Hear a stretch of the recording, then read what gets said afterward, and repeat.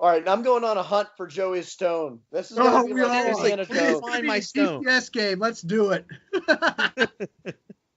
All right, guys. I'm gonna make a Netflix documentary of this. Where's Joey's stone? Finding Joey had this stone he talked about. Where's In the Joey's rocks? 2000s, Joey had this stone he had erected. What if I told you?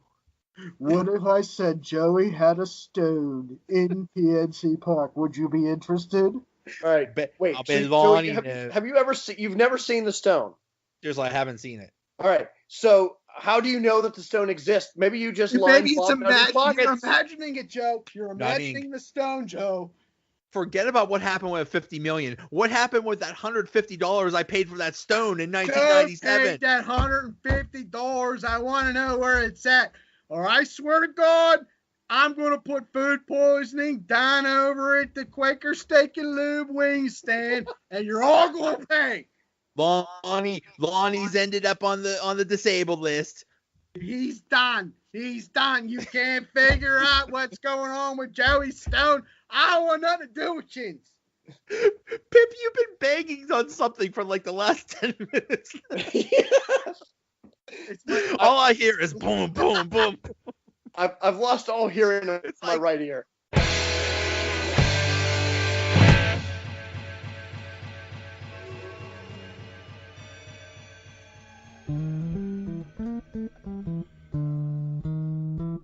What's going on, everybody? Welcome to another episode of the Donut Bag, part of the Pod Hub Network. In this episode, I welcome back Pip and Jeff Say, and we talk about all kinds of things related to Pittsburgh sports. We talk about what happened with the Steelers, what went wrong, what they need to do to fix everything. We talk about the double standards in the NFL. We talk about the double standards in baseball, the state of the Pirates, and then things get a little crazy. Anyway, the Donut Bag starts right now. Okay, now to talk about a few subjects, I'm going to welcome back Pip and Jeff Say. Guys, how are you? It's been too long. Hey, guys. It's great to be back, Joe. The show's taken off. I'm very happy with your product. I'm very proud to be a part of it. Thank you for having me. Yeah, it's been way too long. I was looking back. I'm like, man, we haven't talked since November. I think it was possibly right after the Steelers bye week, and I'm like, oh man, there's been so much going on that we haven't had a chance to talk about, and all this drama. So I'm excited to share our thoughts. Yeah, some of it's football related with the Steelers. Exactly. Well, I guess we have to recap the year, and it would be a travesty not to call it a disappointment with all the talent on the offense. Yeah, it's the thing that was so frustrating about watching the playoffs is the Steelers could have beat any one of those teams if they just got in. So frustrating. Well, and that's where I think when we last spoke, we were breaking down who they should have beat, and they did it to themselves. If they would have beat Oakland, if they would have beat Denver, then this is a completely different story, and we're in the playoffs. And you're right, we could have absolutely beat some of those teams, and we beat New England. After we had spoke, they beat New England. That was a game I didn't think that they were going to win, and that was Steeler football.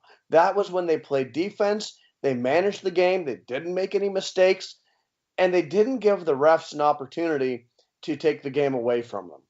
Then the rest of the season was just a train wreck, culminated by that New Orleans game.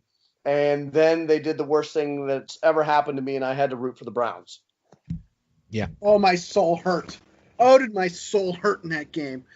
I was messaging people back in Cleveland that I knew from growing up, and how do we root for the Browns when it was so close? You beat Denver, you beat Oakland, you're in the playoffs, maybe even a number one seed. Right. And the drama, I don't get. I'm not going to jump on the anti-Tomlin bandwagon. I'm just not. I think he's a great coach, great human being. I think he fits. I just think he enables the wrong players at the wrong time. However, with that said, I believe there were probably a couple of closed-door meetings with the Rooney family, and they set some rules out, and you could tell by the dismissal of Joey Porter. You could tell by their decisions after the season that they have passively aggressively agreed to kind of turn the heat up on Tomlin a little. Do I think they're going to fire him after next year? Maybe. If the locker room continues to be in disarray, and if you see players like Juju Smith-Schuster and other ones not progress, yeah, I think that he may have to go.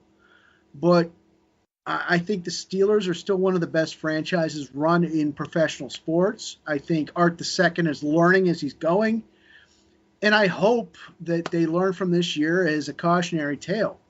Gentlemen, your opinion?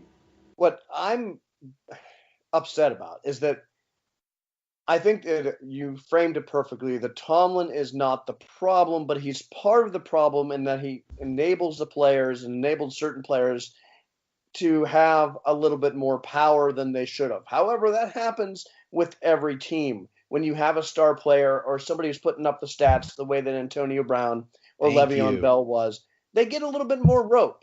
And we all know that phrase, what happens when you give somebody too much rope. And I think that kind of came to fruition this season. But then looking at this offseason, you mentioned Joey Porter. He's fired, a little bit of a scapegoat because certainly the linebackers didn't perform the way that they could have. But you lose somebody like Ryan Shazier at the end of the 2017 season, and your entire defense is thrown into shambles because he hid so many instabilities and problems in that defense because he was so good and he was able to direct players in the right location to mitigate some of those problems. But without him there, I think it opened up some more glaring holes. We've talked ad nauseum about the cornerbacks, about Artie Burns. I think that's going to be one of the major picks this year in the offseason is to get a cornerback. However, I think that Butler needed to be the one to be let go. He has not impressed me. He hasn't done anything different. He's made things worse instead of making them better. And then when you look at special teams, Boswell just fell apart this season. And I never saw that coming because I drafted him as my kicker in fantasy football. So I'll take the blame on this one. But the special teams. What do you mean it was your fault that CIC Aggies are over there? You're going to draft Boswell in your fantasy league. Therefore, he falls apart. You know what? He's a less talented Jeff Reed. Who doesn't punch sheets, paper dispense holders? Yeah, well, Jeff Reed would have made the field goals. He didn't. And do I like Jeff Reed? I don't know him. So fair enough. But if you want to have an active social life or something happened outside of the football world to make him do that. We don't know that because we're a bunch of guys on Skype right now. Who knows?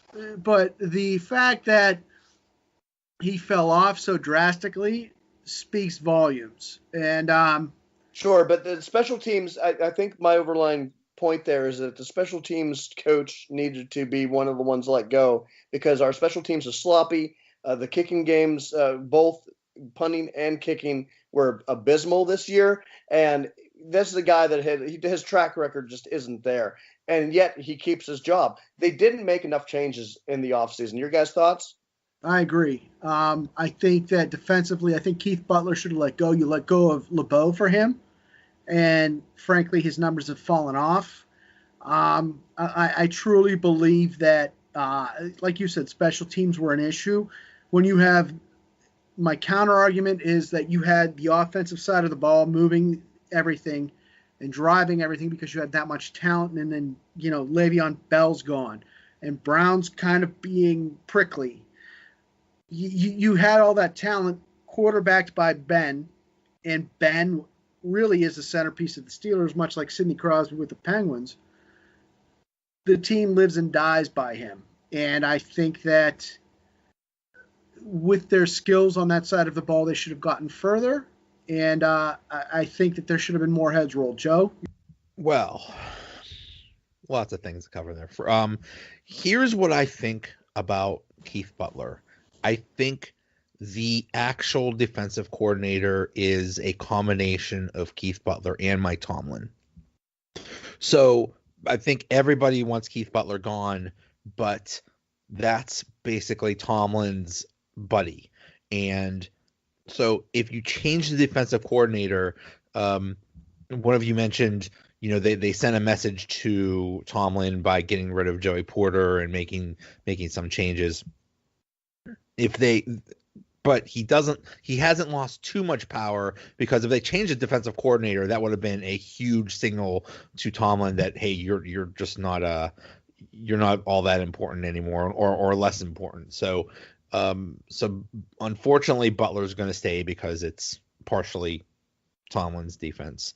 But for the whole AB thing, Tomlin is getting so much crap for it. And Jeff, I think you're so right. This idea that, oh, he's given a star player too much preferential treatment. Every single team gives their stars preferential treatment. Look at, they say, Belichick would never do something like that. Are you kidding me? Tom Brady has his own trainers, and he just won a power struggle with the coach against the owner. So Josh Gordon. What about Josh Gordon? Well, they're trying to get him back in the league. So the double standard of the NFL is the fact that the talented players get preferential treatment. Yeah. You look at Josh Gordon, Martavis Bryant. How many times has he been given preferential treatment because he can run like he does?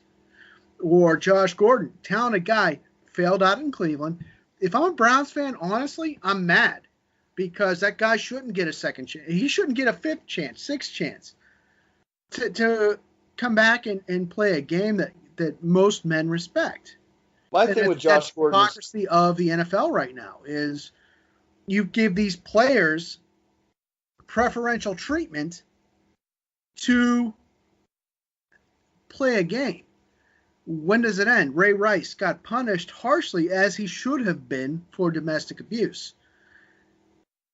Antonio Brown, sorry, there's a lot of points of light saying that maybe you might not be a really nice person. So how does that double standard fit in right now? Between the drugs, the domestic abuse, and other things that are happening right now, when does the NFL stop its own hypocrisy and say, this is the standard, that's it? I'm just going to say, when it's going to get really bad? Kareem Hunt. That dude's coming back. Yeah, correct. And the only reason Ray Rice didn't come back was he was toward the end of his career and he was basically washed up.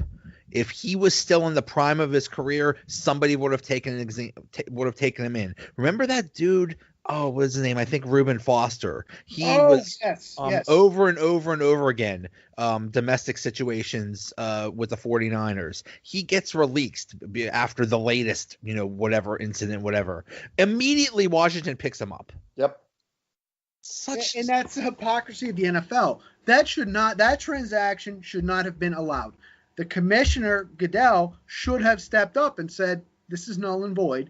We're going to wait until innocent until proven guilty. However, we don't know what's happening behind the scenes, what envelopes are getting slid under what doors, what cashier's checks are going where. We don't know.